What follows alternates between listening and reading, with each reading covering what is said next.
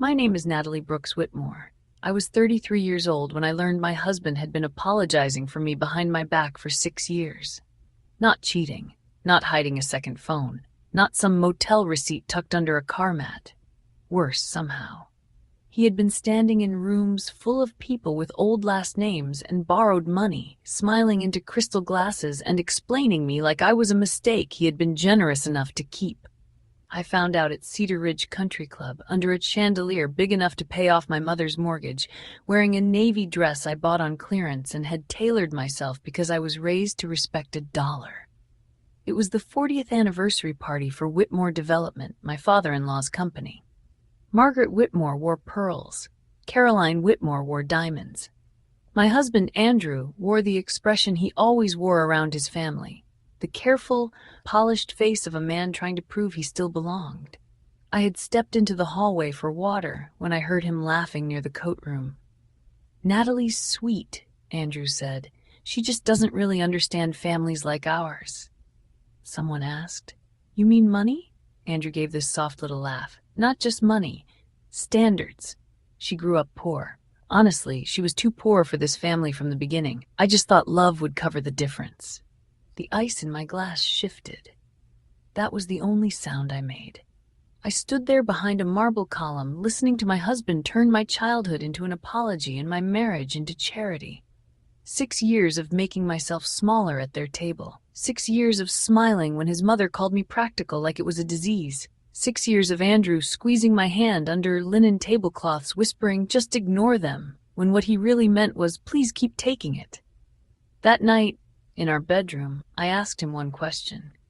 "Do you think I'm too poor for your family?" He didn't deny it fast enough. Then he sighed and said, "Natalie, you always make everything about class, maybe because deep down you know it's true." I didn't cry. I didn't throw the ring. I didn't give him the scene his family had trained him to expect from women they considered beneath them. I took off my earrings, opened my laptop, and looked at the household accounts. At 11:42 p.m., my phone rang. It was Richard Whitmore, my father-in-law. His voice wasn't polished anymore. It was thin, dry, almost frightened. "Natalie," he said, "I need to ask you something, and Andrew can't know." I looked toward the hallway, where my husband had just told me I was too poor for his family. "What do you need, Richard?" He swallowed. $60,000 by 9 tomorrow morning." I stared at the screen, at the family name they had spent 6 years holding over my head like a crown. Then I asked him very quietly, "Why would you ask someone too poor for your family for $60,000? He didn't answer for 7 seconds. And in those 7 seconds, I finally understood the truth. The Whitmores didn't think I was poor. They just needed me to believe I was. I met Andrew Whitmore in a hotel conference room that smelled like burnt coffee and dry erase markers. It was a regional finance seminar in Raleigh, the kind of event where everyone wore navy suits and pretended not to be checking email under the table. I was there representing a payroll software firm that had hired me as a consultant. Andrew was there for Whitmore Development, though at the time I didn't know that name was supposed to impress me. He sat 2 rows ahead of me, turned around during a break, and asked if I had actually understood the speaker's explanation of deferred tax liability or if I was just better at looking awake than everyone else. I laughed before I could stop myself. That was the first thing I liked about him. He didn't sound rich then. He sounded human. By lunch, we were eating boxed sandwiches near the window while rain slid down the glass. He told me his family owned a development company in Charlotte. I told him my mother had cleaned offices at night and worked the front desk at a dentist's office during the day so I could graduate without drowning in loans. He listened like that mattered, not politely, not with pity. He leaned forward, elbows on his knees, and said, "That's incredible, Natalie. You built yourself." I should have remembered that sentence later. Men who admire how you built yourself sometimes still expect you to move into the house they choose and thank them for the roof. For the first 2 years, Andrew made me feel safe. He liked that I clipped coupons, that I knew how to stretch leftovers, that I could look at a bill and find the hidden fee in under 30 seconds. He said I was grounded, sensible, real.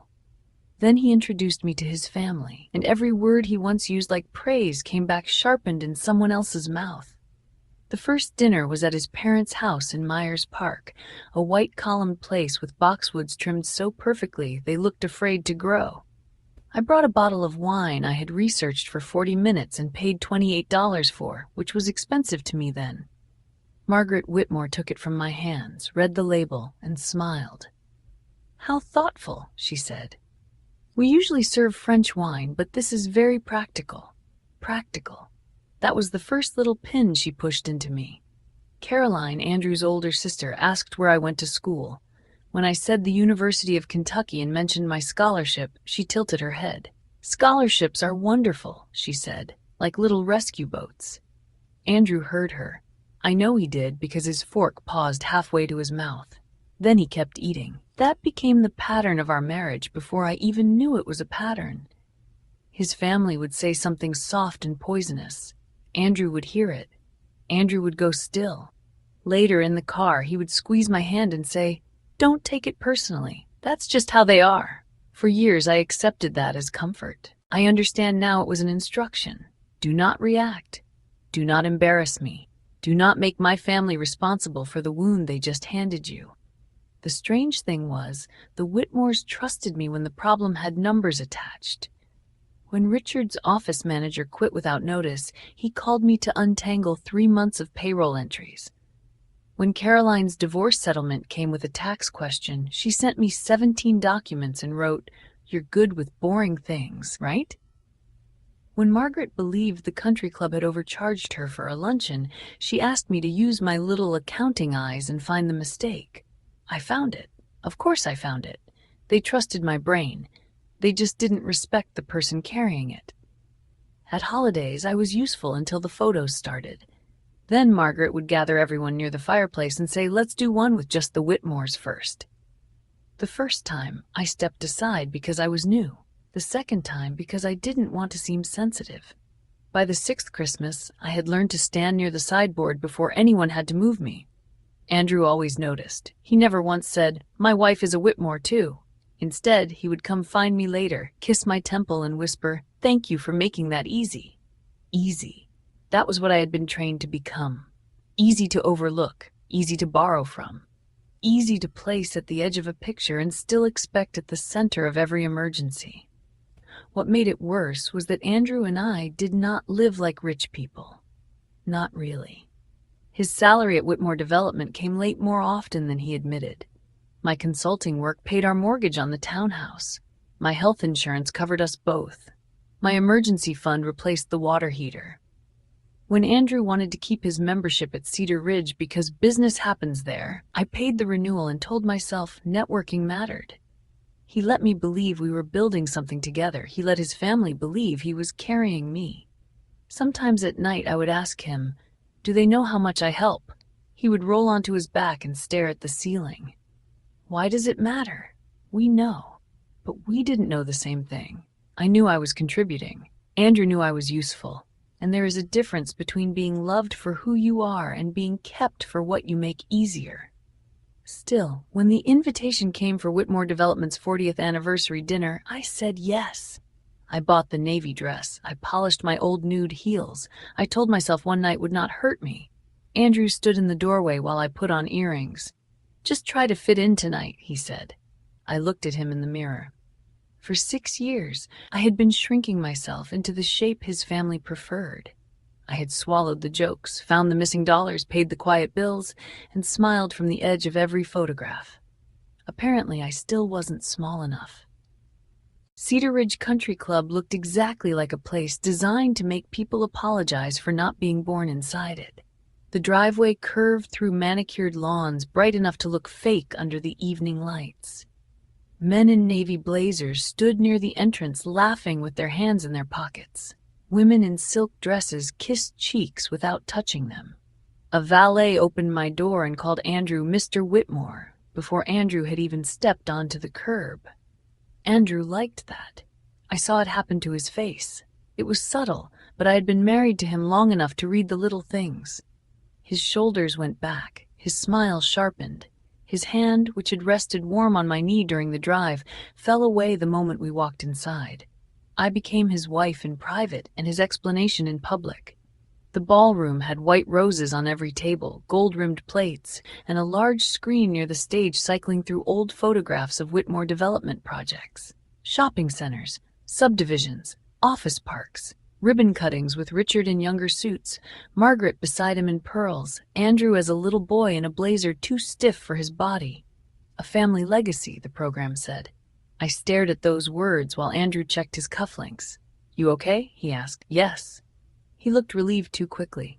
Margaret saw us before we reached the bar. She crossed the room with Caroline beside her, both of them wearing smiles that had never once reached their eyes when aimed at me. "Natalie," Margaret said, kissing the air beside my cheek. "That dress is nice, very modest." Caroline lifted her champagne flute. "Modest is one word." Andrew gave a small laugh, not loud, not cruel enough to accuse, just enough to belong. I felt the old reflex rise in me, the trained little smile, the one that said I was easy, harmless, grateful to be included. I gave it to them because I had not yet understood that every time I smiled through an insult, someone else recorded it as permission. Richard was on the other side of the room shaking hands. When he saw me, he waved me over and immediately handed me a folded piece of paper. "Quick question," he said. "Do these numbers look right to you?" The caterer added some ridiculous service charge. It was his company's anniversary party. I had been in the building less than 10 minutes, and I was already being used as free accounting labor. I looked at the invoice. "They charged you according to the contract," I said. 22% service fee. You initialed beside it." Richard frowned. "Are you sure?" I pointed to the line. He took the paper back, annoyed not that I was right, but that the document had made his complaint useless. "Good eye," he said, like complimenting a housekeeper for noticing dust. Then Margaret called everyone for photographs. "Family first," she announced. Andrew reached for my hand automatically, and for one foolish second, I thought this time might be different. Then Margaret touched his sleeve. "Let's do one with blood family first, sweetheart." Andrew's hand loosened around mine, not all at once. That would have been easier to hate. No, it loosened finger by finger, slowly enough that I had time to feel every small betrayal. "I'll be right back," he murmured. I stood there beside a table of untouched shrimp while the Whitmores arranged themselves beneath the anniversary banner. Richard in the middle. Margaret on his arm. Caroline tilted toward the camera. Andrew beside them, smiling the smile I had once believed belonged to me. The photographer said, "Beautiful family." No one corrected him. After the picture, Andrew came back and squeezed my shoulder. "Don't look like that," he whispered. "It's just one photo." But it is never just one photo. It is the habit of erasing someone politely enough that she feels rude for noticing. I needed air or water, or simply a hallway where no one was deciding whether I belonged. I slipped out near the coat room with a glass of ice water in my hand. That was when I heard Andrew's voice. He was around the corner, speaking to a man I recognized from one of Margaret's Christmas cards. Preston something, old family friend, old money posture, new money watch. "Natalie seems nice," Preston said. "Quiet." Andrew laughed softly. "She is. She's a good person, just not exactly used to this world." "What, the parties?" "No," Andrew said. "The standards." The word landed in me like a coin dropped into a deep well. Andrew continued, easier now, warmed by the approval in Preston's silence. "She grew up poor, really poor. And I don't mean that in a cruel way. She just looks at everything differently. Coupons, clearance racks, tracking every dollar. Sometimes I feel like I'm explaining basic family expectations to someone who learned life from a receipt." Preston chuckled. I gripped the glass harder. Then Andrew said the sentence that ended my marriage before either of us knew it was dead. "Honestly, she was too poor for my family from the beginning. I just thought love would cover the difference." The ice shifted in my glass. That tiny sound seemed louder than the ballroom music. I waited for him to take it back, to say he was joking, to add that I was smarter than all of them, kinder than all of them, the reason his bills were paid and his life worked. He didn't. He laughed again. I walked back into the ballroom with the glass still in my hand and stood near the wall until the speeches began. Richard talked about legacy. Margaret dabbed her eyes. Caroline posted a picture with the caption, 40 years of excellence. Andrew raised his glass with the rest of them. I looked at my husband across the room and understood something cold and clean. He had not failed to defend me. He had been agreeing with them all along. On the ride home, he noticed my silence and sighed like I was a weather pattern he had learned to endure. "Are you going to punish me all night?" he asked. I watched the country club disappear behind us. "Do you think I'm too poor for your family?" His hands tightened on the wheel. "So you were listening." "That's not an answer. Natalie, you heard one sentence and made it a crime. You said it." He exhaled through his nose. "Because sometimes it's true." There it was, not hidden behind Preston's laugh, not softened by Margaret's pearls. Just the truth, sitting between us in the dark car. When we got home, I went upstairs, took off my clearance rack dress, folded it carefully, and placed it over the chair. Then I opened the small wooden box where I kept my mother's old wallet and the note she had written me when I left Kentucky. "Never let people who owe money teach you shame." At 11:42 p.m., Richard Whitmore called and asked me for $60,000. For a long moment, I did not speak. I sat on the edge of the bed in a cotton robe, my mother's old wallet open beside my laptop, listening to Richard Whitmore breathe into the phone like a man trying not to sound desperate. $60,000. By 9 in the morning. There are numbers that sound large because they are large, and then there are numbers that sound wrong because of who is asking for them. Richard Whitmore asking me for $60,000 felt like watching a priest steal from the collection plate and then request a receipt. "What is it for?" I asked. "It's a temporary cash flow issue." That phrase is where cowards go to hide a fire. I looked across the room at Andrew's jacket hanging over the chair, his silver cufflinks still attached to the sleeves. The same man who had called me too poor was downstairs pouring himself bourbon from a bottle my paycheck had bought, in a house where my income paid half the mortgage and all of the health insurance. "What kind of cash flow issue needs $60,000 before breakfast?" I asked. Richard cleared his throat. "Natalie, this is a family matter."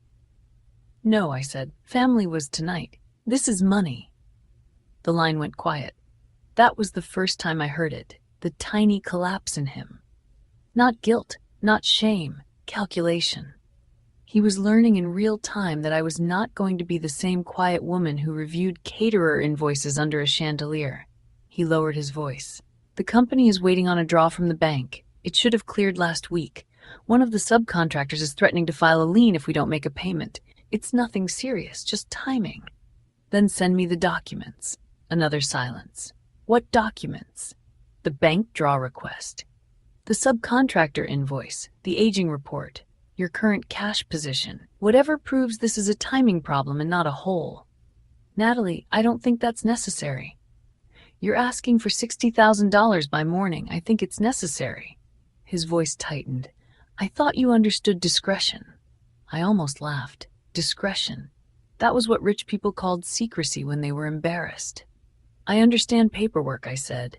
"If you want me to consider a loan, send me the documents." "A loan? Yes. I assumed." He stopped himself, but I heard the whole sentence anyway. "I assumed you would give it. That was the real family standard. They could insult the hands as long as the hands still opened." "I'll wait for the files," I said. I ended the call before he could dress the request in more dignity than it deserved. Downstairs, the television murmured. Andrew was pretending not to know. I could feel it. There is a particular kind of silence people use when they are waiting to see how much you have discovered. At 12:16 a.m., Richard sent 6 PDFs and a message. "Please keep this between us for now." I saved the message. Then I opened the files. The first document was the subcontractor invoice. Real. Past due by 43 days. The second was the bank draw request. Also real, but not pending the way Richard had described. Rejected. The third file was a cash flow projection so polished it practically wore cologne. I stared at it for 3 minutes before I found the first lie.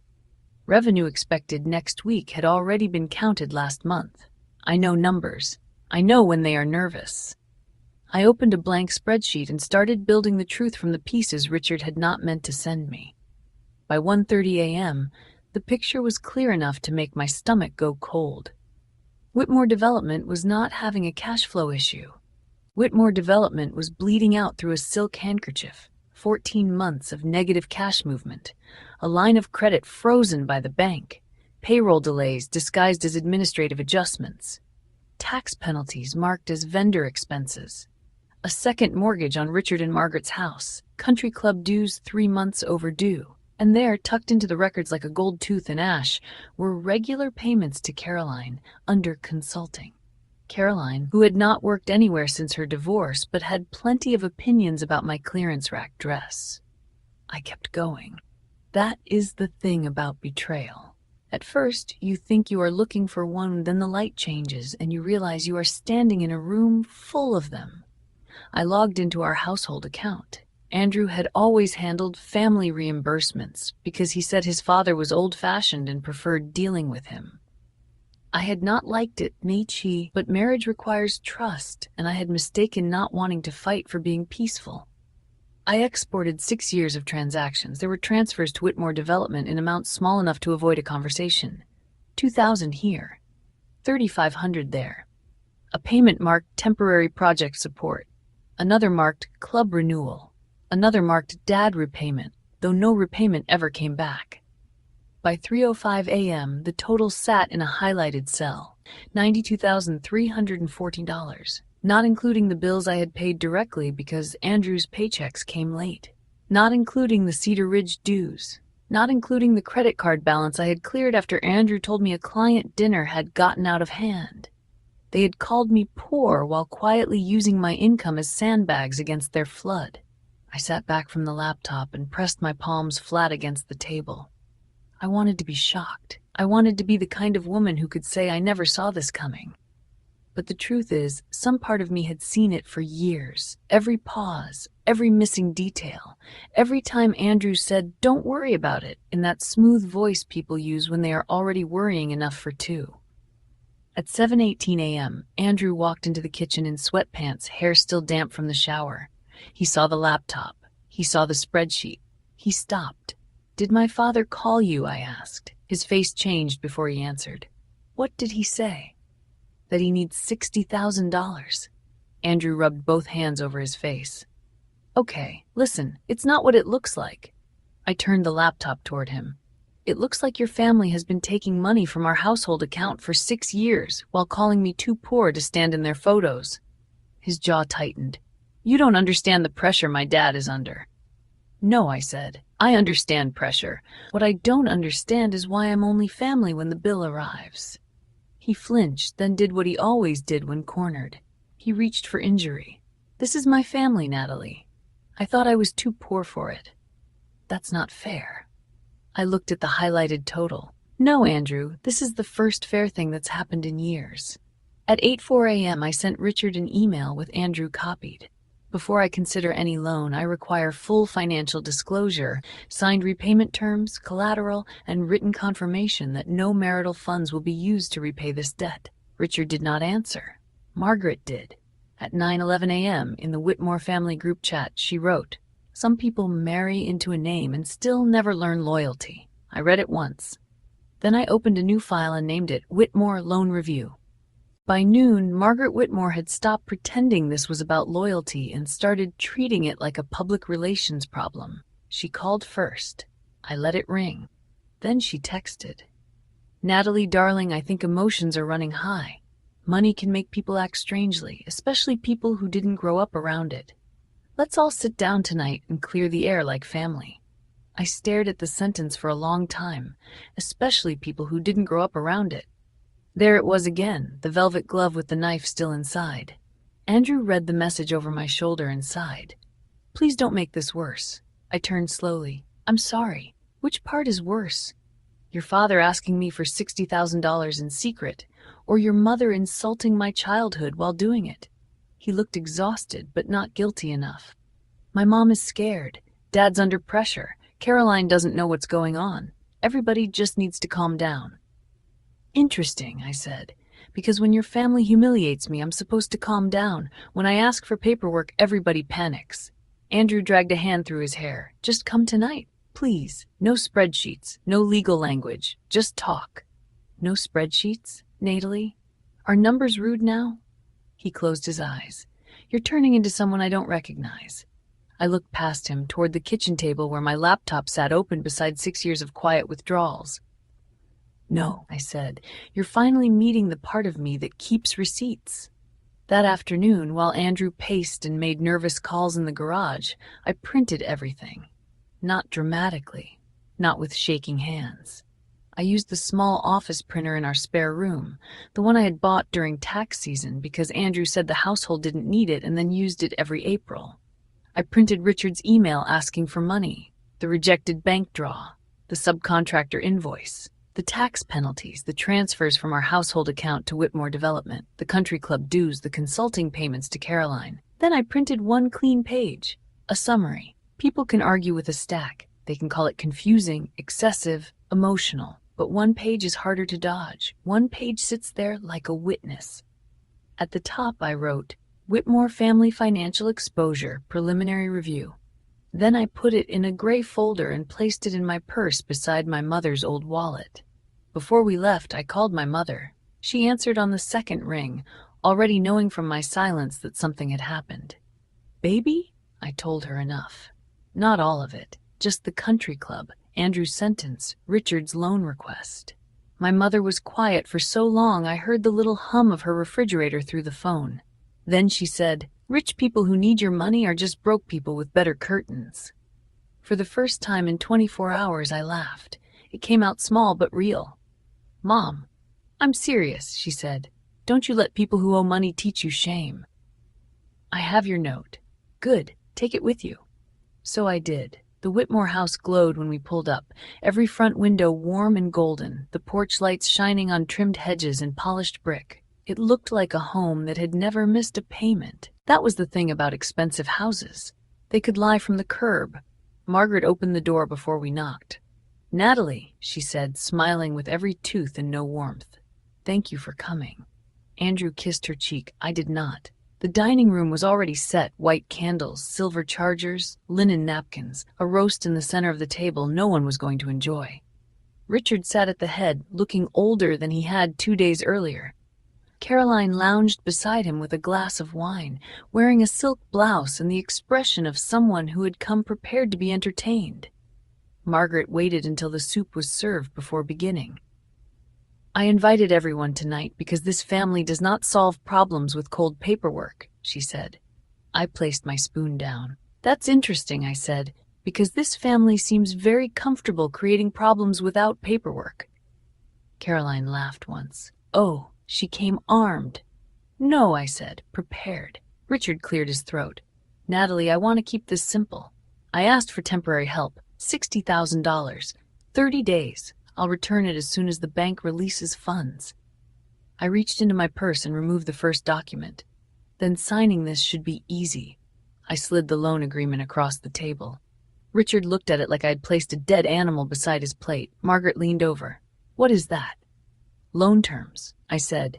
30-day repayment, 8% interest, full disclosure of company debt, collateral in the form of Richard's Corvette or equivalent company shares. Written confirmation that Andrew will not use marital funds to repay the loan. Caroline sat up. "You're charging family interest?" I looked at her. "Your family charged me dignity for 6 years. Interest is cheaper." The silence that followed was almost beautiful. Andrew pushed back from the table. "This is exactly what I mean," he snapped. "You don't understand family. You understand invoices." "No, Andrew," I said. "I understand invoices because your family keeps sending them to me while calling me poor." Richard's face darkened. "I am not signing this," I nodded. "Then you didn't need a loan. You needed a woman you could shame into giving you money without terms." Margaret's hand flew to her chest. "How dare you speak to us like that in our home?" I looked around the dining room, at the candles, the silver, the portraits, the table where I had spent 6 years trying to earn a place. "Is it your home?" I asked quietly. "Or is it another thing being held together by money no one wants to explain?" Richard went still. That was when Caroline, flushed with wine and anger, made the mistake that changed the room. "This is why Andrew should have married Blair." The name hit the table harder than the folder. Blair. Andrew's ex-girlfriend. The woman from Christmas cards and old country club photos. The one Margaret still mentioned as if she had died instead of simply married someone else. I turned to Andrew. He did not look confused. He looked caught. And suddenly, the $60,000 was no longer the whole story. It was only the door, and behind it was the marriage Andrew had been keeping open. I did not leave the Whitmore house angry. Anger would have been too simple. I left with a kind of quiet in me I had never felt before, the kind that comes after a door closes and you realize you are not on the wrong side of it. Andrew followed me to the car, calling my name under his breath, like he could still manage the volume of what had just happened. "Natalie, wait." I stopped beside the passenger door. "Who is Blair to this marriage?" He looked back toward the house. Through the dining room window I could see Margaret standing perfectly still, one hand on the back of Caroline's chair, like a director furious that an actress had ruined the scene too early. "Blair is nothing," Andrew said. "That wasn't the question." He exhaled hard. "She was someone my parents liked, that's all." "That's all?" "Natalie, don't do this in the driveway." I almost smiled. For 6 years his family had corrected my clothes, my background, my manners, my wine, my education, my place in photographs. But the moment I asked a clear question in front of their porch lights, I was the one being inappropriate. "Get in the car," he said, softer now. "We'll talk at home." "No," I said. "You'll explain at home. Talking requires honesty." He flinched, but he got in. The drive back was silent, not the old silence, the one where I swallowed pain to keep peace. This was a different silence. This was me measuring the distance between what I knew and what I could prove. When we got home, Andrew went upstairs. I went to my office. There are moments in a marriage when your body knows before your heart is ready. My hands did not shake as I opened my laptop. They moved with the calm precision I used for client audits. Download, sort, filter, search. Blair. Her name appeared in Andrew's old emails almost immediately. Not romantic messages. That would have been easier, in a pathetic way. These were worse because they were practical, familiar, alive. One email from 3 years earlier sent to Richard. "Blair's father said he may be interested if we clean up the books first. Natalie doesn't need to know. She's cautious with money because of how she grew up." I read it twice, then a third time. "She's cautious with money because of how she grew up." There are sentences that do not shout, but still break glass inside you. Andrew had not merely allowed his family to look down on me. He had handed them the language. He had taken the childhood I survived, the coupons, the late electric bills, my mother's tired hands counting cash at the kitchen table, and used it as a reason to keep me out of decisions my money was quietly funding. I searched further. More transfers surfaced, some from the household account, some from Andrew's personal account right after I had moved money in to cover us until payroll cleared. A club renewal paid 2 days after he told me Cedar Ridge was important for business. A credit card payoff after a client dinner. A wire-marked consulting bridge to Whitmore Development made the same week Andrew told me we should delay replacing my car because we need to be careful this quarter. Careful. He had made my thrift into a character flaw while using it as infrastructure. At 1:12 a.m., Andrew appeared in the doorway. "Natalie." I did not look up. "How many times?" He leaned against the doorframe. "How many times what? How many times did you use my childhood as an excuse to steal from our future?" His face hardened. "I never stole." I turned the laptop toward him. That's what people say when they don't want to use the word. He stepped into the room, saw the emails, and went pale. "You went through my account?" "Our account," I said. "And your email was logged in on the household computer. Maybe you're cautious with passwords because of how you grew up." That landed. I saw it land. He looked away. "You don't understand what it's like to have a family name to protect." I stood then, slowly. "I know what it's like to have a name people laugh at," I said. "I just never made someone else pay to polish it." For a second I thought he might apologize. A real apology. Not a strategy. Not a sigh. Not the kind of apology men give when they are sorry consequences have arrived. Instead, he said, "My parents were counting on me, and you were counting on me not noticing." He ran both hands through his hair. "It was temporary." 6 years is not temporary, Andrew. It is a system. His mouth opened, then closed again. That was when I reached into the drawer and took out the second folder. Not the gray one from dinner.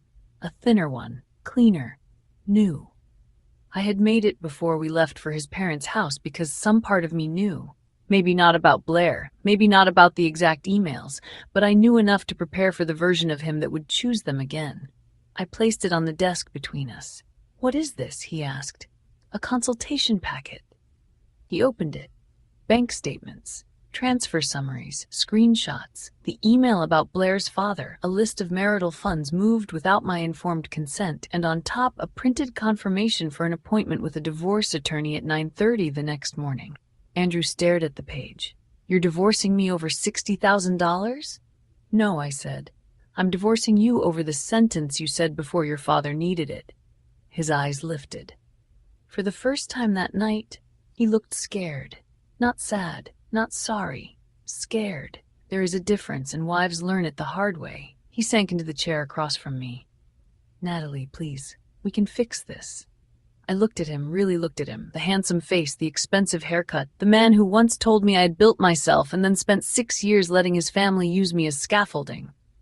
"No," I said. "I can fix numbers. I can fix books. I can fix a cash flow projection built on lies. But I cannot fix a husband who only remembers I'm family when his family needs money."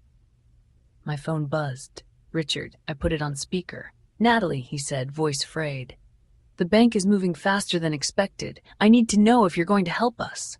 I looked at Andrew. Then I looked at the email where he had written that I did not need to know. "Did you sign the loan agreement?" I asked.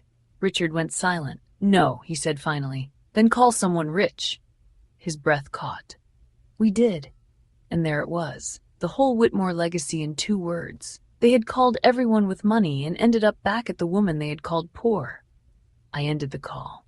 Andrew whispered my name. I closed the laptop. "For years, your family spoke down to me in rooms with no record," I said. "Your first mistake was asking for money. Your second was doing it in writing." Then I picked up my mother's old wallet, the new folder, and my keys. That night, I slept in a hotel room under my own name, paid for with my own card, and for the first time in 6 years, no one in the Whitmore family knew the balance.